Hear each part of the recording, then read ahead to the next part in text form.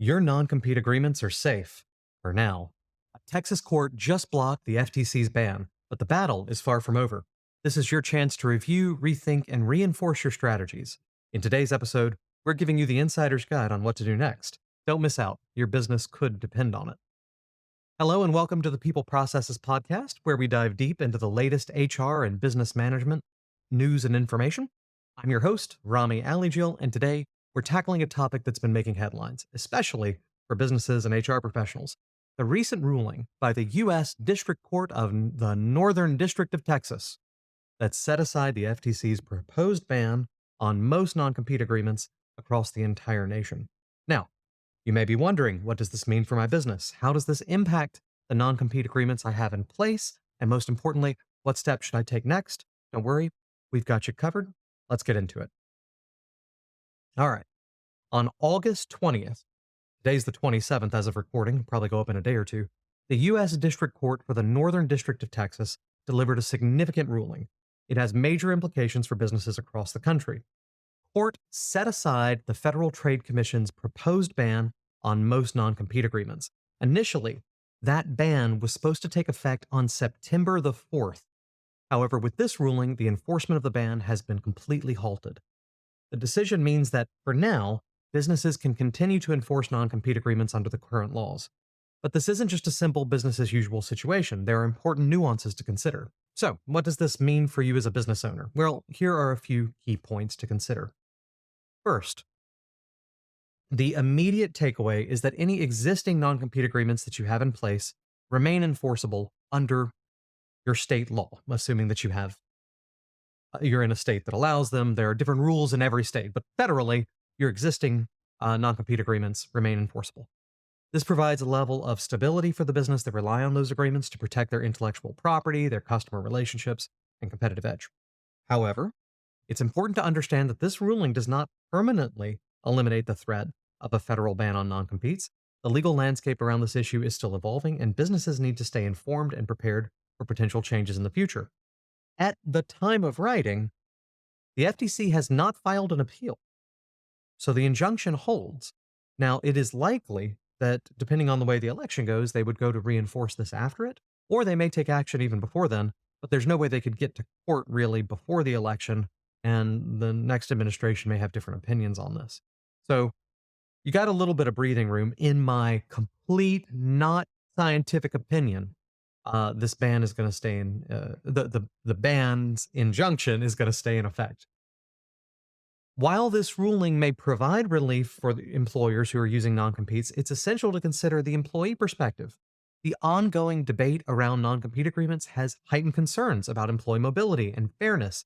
Lots of employees are hearing about this. Businesses might want to take this opportunity to review their policies and ensure they're balancing their interests with those of the employees and the current desire. So, if you've already taken action, which honestly, it's August 27th or August 20th when this ruling came out, and it was going to go into effect September 4th, that's 14 days, large employers probably already made a plan on how to deal with this. You may want to go through with it anyway, right? Purely out of a morale perspective, there's going to be lots of articles about how this is bad for employees and good for business, where we all know that non-competes have a lot of reasons to use, and one of them is that you're able to invest in your employees more if you're sure they don't go work for your competitor at a drop of a hat. So there's lots of nuance to this, but most employees aren't going to get that. So you want to take a minute to make sure that just because you can doesn't mean you necessarily should. So review your current non-compete agreements. Let's go through our steps. This is a great time to review your existing non-compete agreements. Ensure that they comply with the state laws and are reasonable in scope, duration, and geographic reach. Overly restrictive agreements can lead to legal challenges even without the federal ban. If you need help, in the description, there's a link to a downloadable. I have every state's broad guidelines on non-compete agreements, right? So there's lots of states that just say you can't do them. There are some that have partial bans, some that have no bans, give you kind of Wild West. I'll give you that list down there. I'll also include a sample one, which is not to be used as is. You must consult with legal experts to understand the implications of your non-compete agreements. They're going to provide guidance on how to navigate the current legal environment and prepare for any potential changes down the road, and look at your current ones or ones you want to put in place. Again, you could use our sample one and have a legal counsel review that, save you some time, gives you some ideas about what the various provisions are that you want to have a plan for. Finally, you want to stay informed. The legal landscape around non-competes is fluid, and just because the federal ban has been, there's been an injunction issued, doesn't mean that states aren't going to take action in different ways. Stay informed is crucial. Keep an eye on developments at both the state and federal level, and be prepared to adjust your policies accordingly. If you haven't already, subscribe to People Processes. We keep you in the loop about stuff like this. Finally, you need to evaluate your employee relations. Consider how the use of non compete agreements impacts that employee relationship. Are there alternative ways to protect your business interests that might also enhance employee satisfaction and retention? For example, non disclosure agreements, there's no talk of banning those, right? Non solicitation agreements about your current clients, confidential informations, or intellectual property agreements. You can cover a lot of the pieces that a non compete covers with other individual agreements, right? Just something to think about. Just something to think about.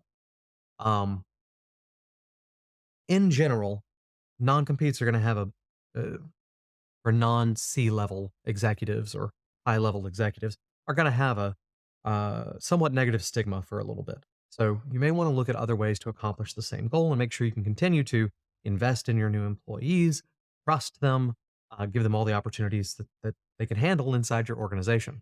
So as we wrap up today's discussion, it's clear that while this recent ruling provides temporary relief, the issue of non-competes agreements is far from settled, whether it's at the state or federal level.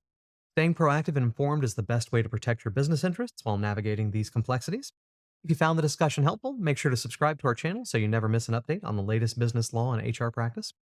If you have specific questions or need personalized advice, don't hesitate to reach out. After you download the state list and sample policy, you can book a 30-minute consultation with me. If you're a US based business, executive, manager here in the United States, I would love to meet with you. You get 30 minutes of my time for free. I'd be happy to talk. I only do 4 of those a week, though, so book as you can. Lastly, if you're looking for a deeper dive into non compete agreements and how to navigate them, we've got them covered. Again, down in the bio, that's that comprehensive guide, insights, practical tips to help protect your business. I hope this was helpful to you. This is my first time trying to do calls to action specifically about um, what we're talking about here, please drop a line in the comment below, or drop a comment in the lines below if you think that this is kind of crazy. I just want to provide as much value as I can to my YouTube audience and my podcast audience, and want to offer that ability to get some one-on-one help if you need it. Otherwise, just ask a question. I have reviewed every comment and responded to every comment for the last 6 months, so I'd be happy to help.